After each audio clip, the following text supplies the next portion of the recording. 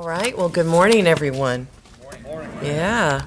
It's a real pleasure to be here. Thank you so much for having me, General Brito, and also, of course, the command staff and the faithful servants out there who are serving our country. We're so very thankful for your service and your leadership, and it's my honor to be here to celebrate this centennial year, this centennial leadership week, and, of course, particularly Women's Equality Day. I've had the opportunity to be mayor now almost 8 years, and it's been an extraordinary ride. And one of the greatest joys has been being able to work with Fort Benning, the extraordinary line of generals we have had, of course, starting with General Brown, General H.R. McMaster, General Scott Miller, General Eric Wesley, and now, of course, General Gary Brito. So there's something very special about Fort Benning. I don't know why they're sending us the best of the best, but I can tell you as mayor, we certainly appreciate it. And we've had the opportunity to partner on so many things. We've been able to partner to flex our civilian political muscle to help Fort Benning get the resources it needs to be an extraordinary maneuver center of excellence.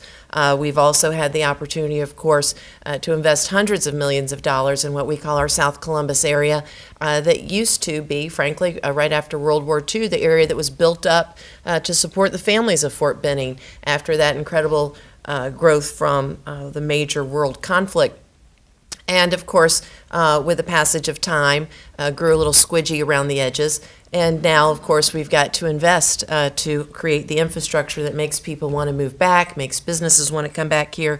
And so much has been done over these years to lay the foundation for that infrastructure to allow for that growth. And I will tell you, this magnificent structure that we sit in today was a joint project between the community, the philanthropic community, the citizens, of course, and you at Fort Benning. And here we have this incredible homage to your service, to the service of generations that came before you. And it is two communities came together for one incredible, treasured asset.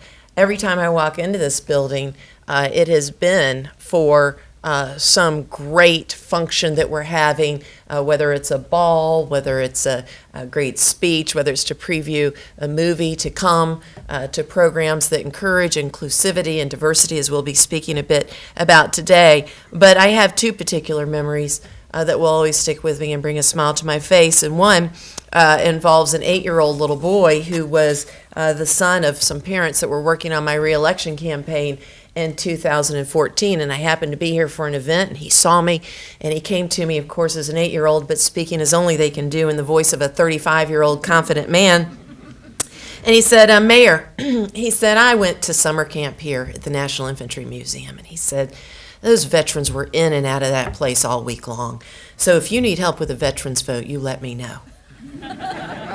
So I called on him a little later, but I think we did all right with the veterans vote.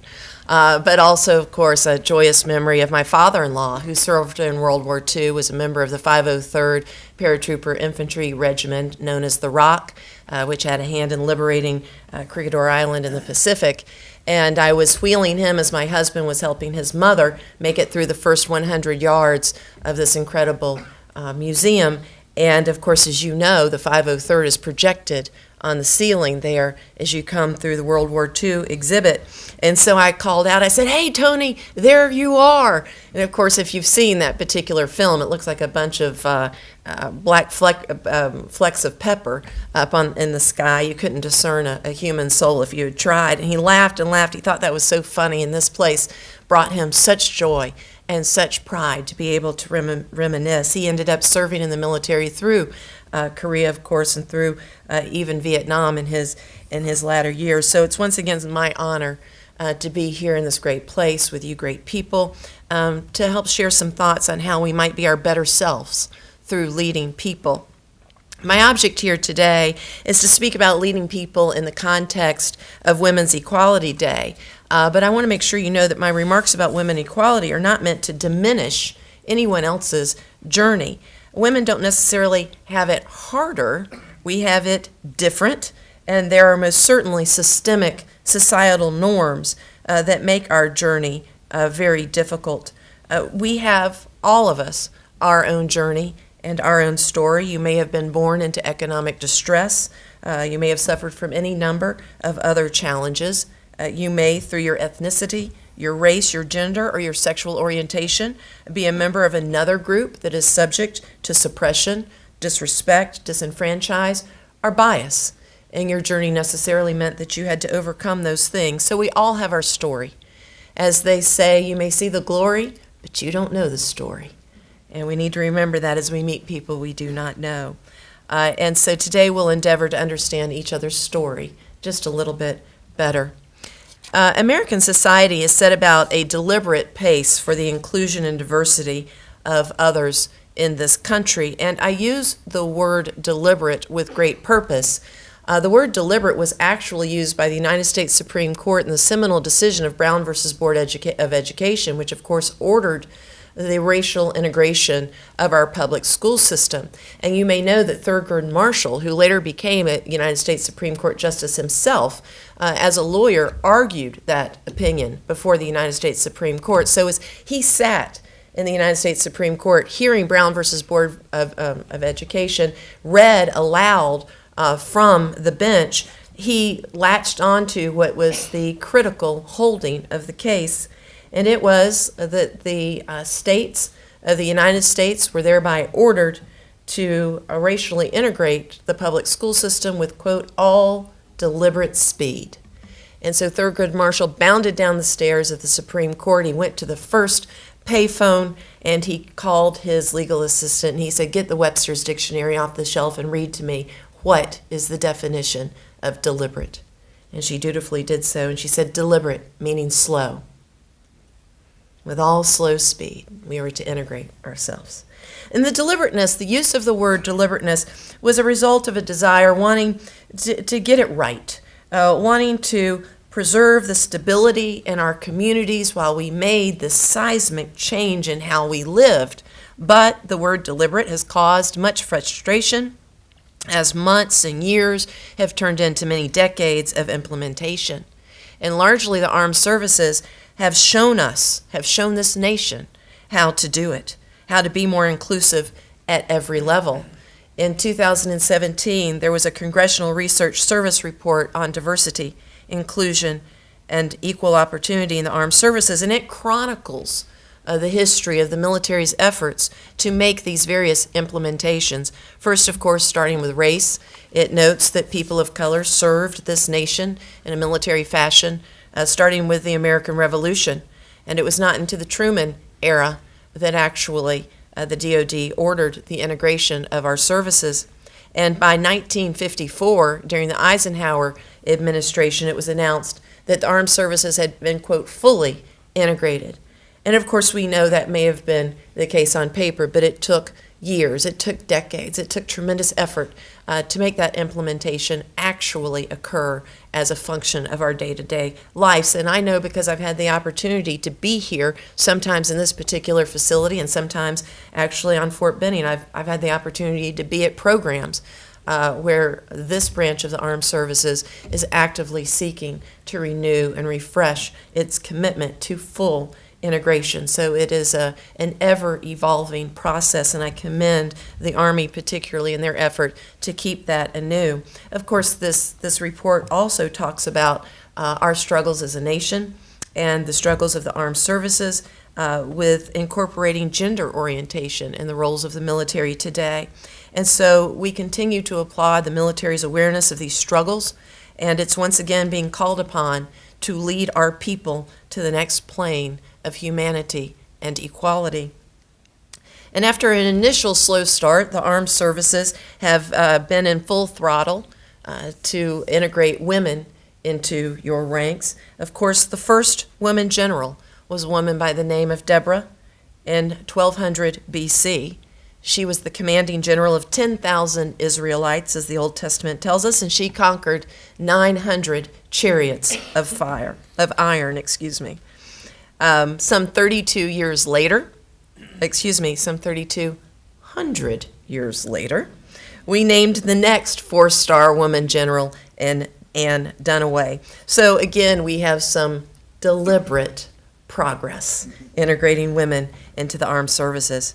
And so we, of course, have seen with World War I and World War II, women serving in a volunteer, administrative, and supportive capacity. And then, of course, in 1967, we lifted the percentage limit on how many women could actually serve in the armed services. In 2013, we lifted the ban on direct ground combat prohibition, and of course, most recently, we began the integration of the esteemed Army Ranger Unit. So indeed, we have made progress, and that is not to be slighted. But the deliberate and methodical process of the inclusion of women in our nation's professions and organizations, including, of course, the armed services, has been a direct reflection of societal norms and biases that go right to the perception of women, of women's ability to perform, of the ability of others to perform in the presence of women. And some of them, frankly, are based on some very dark and troubling superstitions and false narratives. And I will mention just a few because I think as I do, you will see the remnants of some of these items continue today in massed fashion. One, we have demonized women in our hundreds years history for their strengths and talents and self-sufficiency. Need I remind you of the Salem witch trials? Women who were known to be smart, women who were known to exhibit their freedom, their independence, their self-sufficiency, were cast upon by superstitions, sometimes by very skewed and misinterpreted passages of religious scripture, to focus of fear and suspicion, and to keep women subservient and controlled for lest they become a threat. We also, of course, through the years have sexualized women to negate their merit of achievement. Of course, if a woman achieves something, it must have been through her feminine wiles or her mystical allure, because it could not have been of the merit and substantive character of her person. We have institutionalized women for declaring they were feminist, for declaring they were suffragettes, for daring to live independently from abusive spouses. There have been fathers, there have been husbands, there have been sons who literally have institutionalized and sometimes thrown into prison women for mental illness and antisocial behavior, for expressing views that we now consider to be very commonplace in the new social norms. There actually is a hundreds years old legal doctrine called femme covert. It's a French doctrine, and of course was carried over with us in the formation of this country from our Western European ancestors. And it basically provides that women are inherently incredible, that they lack the intelligence to understand, to be able to discern the difference between fact and fiction. And so that's why women could never own property, because they couldn't attest to anything on a will. They could not, women were unable to be lawyers, to be doctors, because they couldn't take the oath of office. They didn't know what the truth was. Women in the state of Texas until the mid-1980s could not testify in their own rape trial because they were discerned by statutory law to not have the character or the intellect to be able to discern between fact and fiction. So in Texas, if you had the misfortune and the tragedy to have been raped, your attacker could only have been incarcerated if there was a third-party witness or other such evidence, such as a confession, because remember, there was not a DNA evidence of that sort during that period. So up until the 1980s, we were still, as an institutionalized, state-run legal system, exercising this particular doctrine. And of course, the social shunning of women who step outside of norms to declare their independence. They're deemed socially inappropriate and somewhat undesirable. And it is likely that nary a woman or a man in this room would confess to being a feminist because of the negative connotation that word has and comes with daring to outwardly espouse women's equality. Doing so makes you radical. It makes you a feminazi. It makes you a man-hater. It makes you perhaps questionable in your sexual orientation, when actually feminism is defined as the advocacy of women's rights on the basis of equality of the sexes. The advocacy of women's rights on the basis of the equality of sexes. And yet, if I were to ask all of the feminists to stand up in this room, which I won't, I don't want to embarrass anybody, that's not my object, but if I was to ask all the feminists to stand up, there would be but a few, I guess. And so I would ask you to contemplate as you go about your business today, would you have stood up? And if not, why? It's something that perhaps we need to think about. I think there's a perception that being a feminist suggests that we want to take another's place. Equality is not about taking somebody else's place. It's about excelling in your own distinct, unique set of circumstances and having access to the same status, the same rights, and the same opportunities as another. And frankly, there's nothing more American. In fact, that truism has been indoctrinated into the Declaration of Independence some 240 years ago, and yet we still struggle with it today. What is equality? The Declaration of Independence says all men are created equal, and I will remind you the use of men then meant Homo sapiens. It meant humanity. All men are created equal. When will we fully appreciate that and live that as our American creed and our American heritage? I want to speak for a minute about my particular story. If you had asked me some 8 or 10 years ago if I'd ever been the subject of gender discrimination, my answer would have been firmly no. And that was true. I had the privilege of practicing law with some of the finest lawyers in this country. And frankly, lawyers know better. I practiced law with some gentlemen, of course, that were quite a bit older than me. I went into a particular field of law known as complex litigation, and people don't stumble into that out of law school. I think it happened to be my mistake, but that's a whole nother story for another day. But most of the men that I worked with were some 30 years my senior. They were literally old enough to be my father. Many of them had daughters younger than me for the majority of my career in that particular path. And there was no lawyer in my law firm that was younger than 12 to 15 years older than me. So any perceived disrespect or dismissiveness that I experienced, I roundly sloughed off to my youth.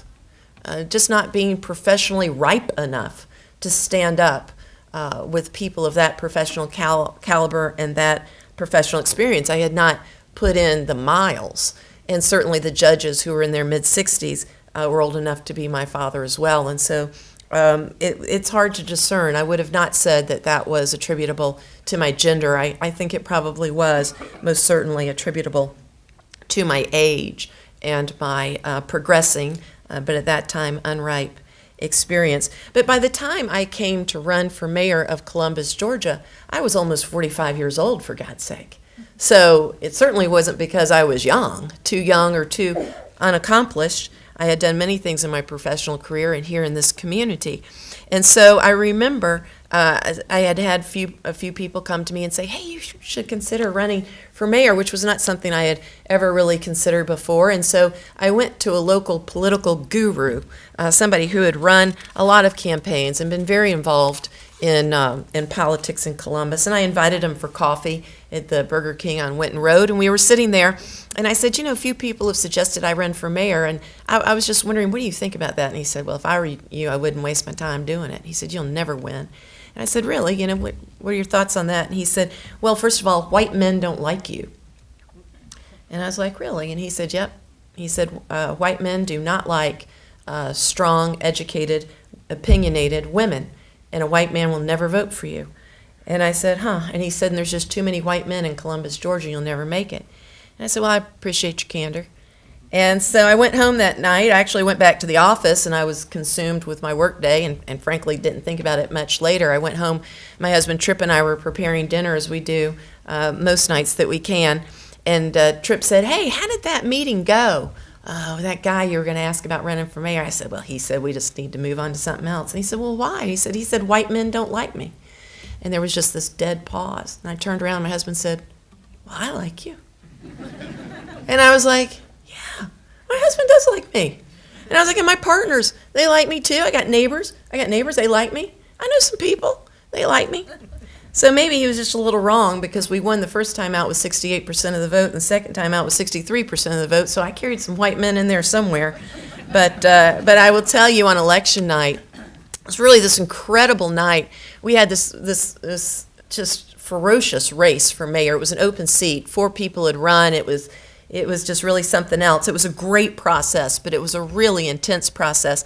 And so that night in our election headquarters, as WTVM announced that I was the projected winner of that evening, people just went nuts. It was just really electric, because you have to remember our prior mayors were not even of the baby boomer generation. Our prior mayors had been of the traditionalist generation, those who fought in World War II or very near to it, or the Korean War. So they were more of the traditionalist, not baby boomer crowd. And so we went from traditionalist era mayors to a Gen X mayor in one night. That's quite a radical transformation of generational perspective, and there was just an electricity about it. And now when I was running, of course, the typical lawyer in me, and perhaps the typical woman trying to always express her merit, I ran on merit. I believe that America is a meritocracy. I believed firmly I was the best, most qualified candidate, and that's all I ever talked about, was that I was the best, most meritorious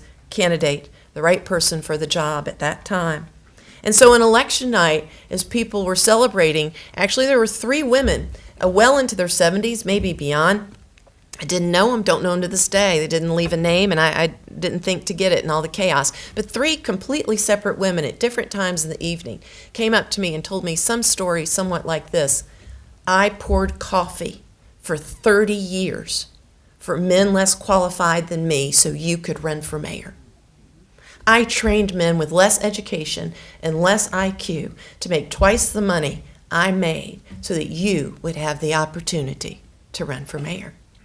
And I was ashamed. I was ashamed. I had had the luxury to ignore the fact that I was going to be the first woman mayor of Columbus, Georgia.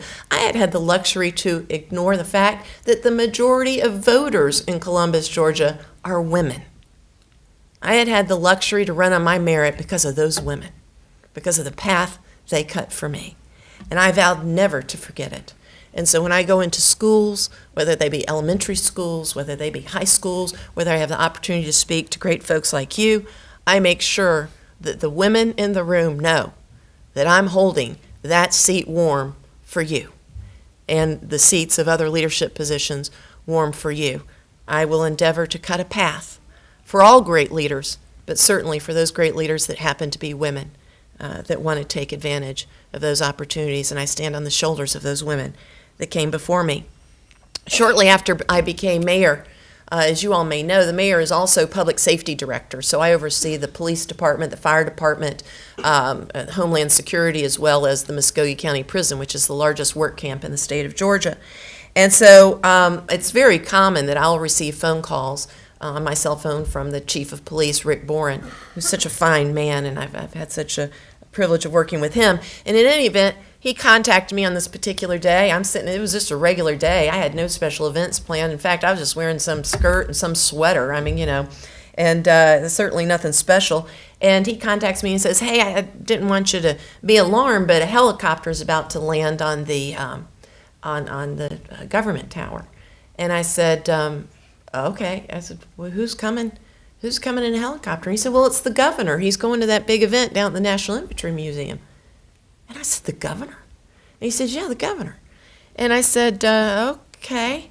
And so I called down to my public information officer. I said, my God, did we miss a call from the governor that he's coming to Columbus, Georgia? Now, let me stop right here and explain something that you may not know if you haven't been in elected leadership or worked in the political environment.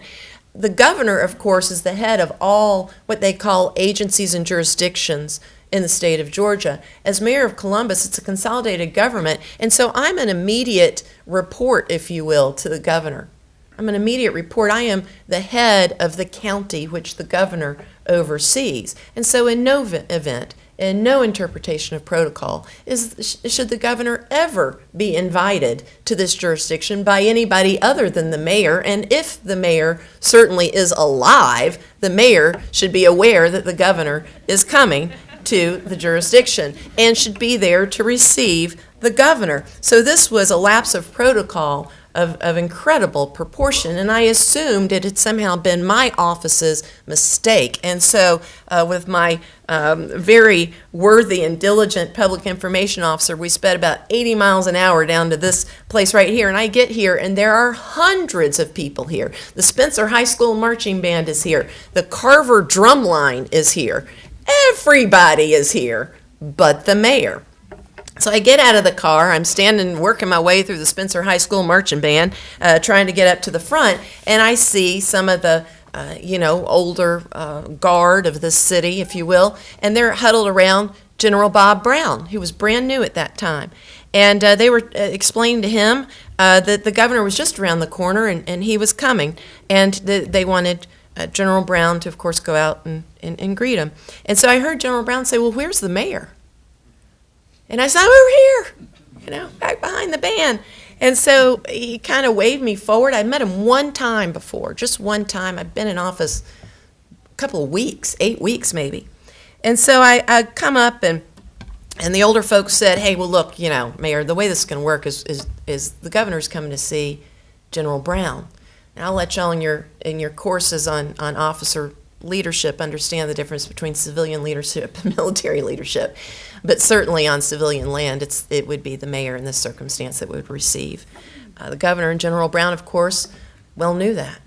And so we started out towards the governor's motorcade, and General Brown leaned over to me and he said, "I want you, when we get close to that motorcade, I want you to take 2 steps ahead of me, and you're to receive the governor of this state." I said, "Yes, sir." And so if you'll look on the day after, on the front page of the Ledger-Inquirer, there is a picture of me as mayor receiving the governor and General Brown standing there right next to us. And I will be forever indebted to General Brown as a man of magnanimous leadership who showed this community how to follow a woman leader. That is what the military instilled in him. That is what a man of character demonstrates, and that's what he demonstrated to this community on that day.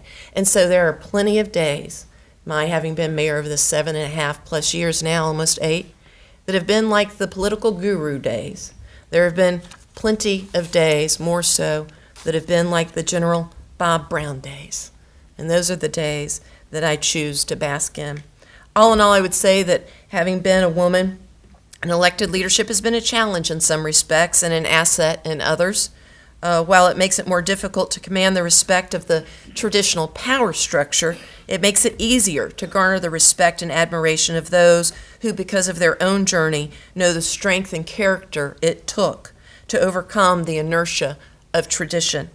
Those folks trust and appreciate you as a leader and will support and defend and follow you because of your unique journey, because of your distinction. So my message to the traditionalist and the power structure inertia specialist is the train of the future is here and it's leaving the station. Get on it or be left behind. That's what diversity and inclusivity requires of us, is to be on the train of the future. And I want to make sure that in my time today that I give a shout out to all the secure and aware and leader men out there who respect and admire and will follow women leaders. I can remember and name every single one of them that stepped out of their way to give me cover against their lesser, struggling male colleagues. And I implore you to be that man. Be that leader. They are giants. They are magnanimous in their ability to set an example and to lead people. Now, except for all this throwing yourself in a war zone and life-threatening circumstances way, you guys got it easy when it comes to leadership. In the civilian world and elected leadership, we have to lead our bosses. Try that. I have to tell you, this business of your rank and of the chain of command is enviable to those of us who are in civilian leadership. There's been many a days I've wanted to court-martial a few folks, but unfortunately haven't had the power to do so. In fact, I used to joke with General Scott Miller that I would have made an excellent general, and I think I would have He reminded me, however, that there was an age limit to getting into the military, and so he thought I just might be aged out, but we'll see. Anyway, it's been my job as mayor to lead my colleagues on city council, who of course have different but co-equal powers with mine.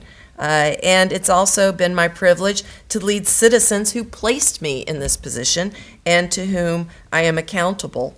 And so it's been a little different than maybe what you all have experienced or will be experiencing as you pursue your careers in the military. But I wanted to leave you with several principles of leadership that this first woman mayor of Columbus, Georgia, has employed in helping to move the city forward. First of all, respect people. Take a moment to contemplate their journey. People are just trying to get by the best way they know how under the circumstances that have been presented. A little bit of humanity, of basic respect, and attempted empathy goes a long way to not only being a better person, but being able to lead all kinds of people. 2, understand that people just want to be heard. The truth of the matter is that when you're a leader, people want you to know them. They really don't care about knowing you. They want you to know them. And that's what's incredibly important. In Columbus, we have this Let's Talk with the Mayor process, and we hold dozens and dozens of community forums, certainly throughout these 8 years, and it's an opportunity for citizens to come forward and tell us of their complaints and their thoughts, absolutely. It's an opportunity for us to share information so as to stop conspiracy theories or misinformation spinning out of control in the community. But the most important thing it is a cathartic exercise of our citizens getting the opportunity to be heard by their leaders. And so don't forget, as a leader, one of your most important roles is to simply listen to and truly hear those that you command. Thirdly, be prepared to follow another leader in their time and place. This is a lot like the process of drafting in a stock car race. If you all have ever seen a stock car race, you get the benefit of someone else's strength, vision, and momentum in that moment. The true test of a leader is whether you can follow or support another when the moment calls for it. If you haven't already, in some sense, you will someday follow a woman. The success of the joint mission, whether it's military or civilian, will depend on your ability to truly respect, execute, and follow. Our biases will defeat us. Our respect for one another will ensure our success. Next, lead like you will never stand for re-election. You know, leading's a lot like being in the batter's box. If you got your eye on the ball, you got a chance of winning. If you got your eye on the stands, the ball's going to smack you right in the face. And so, understand that as a leader, you have to make the best right decision at that time and moment, regardless of the circumstances or the ramifications on your career or whatever it may be. The truth of the matter is, if you make the best right decision for the moment, I find that makes you utterly re-electable, and I bet in your walk of life, it will make you utterly successful in your career trajectory as well. So making the best right decision at that moment, regardless of future circumstances. You just simply cannot poll for the future. You cannot assess how your actions will be judged in the future. And lastly, and most importantly, leadership is about service. It's not about power. That is the single biggest mistake I see made by failed leaders. If you mix it up, you will be lost. You will follow your tail your entire career. Leadership is about service. It truly, truly is. And that's why the respect and the empathy comes in as very valuable. So yes, leading people is exhausting, but when you do it with the objective to treat all people as equals, to respect and lift up those you lead, when we do it always with the objective to demonstrate our better selves, it is exhilarating, rewarding, and well worth the inherent weight of leadership. Thank you all so very much.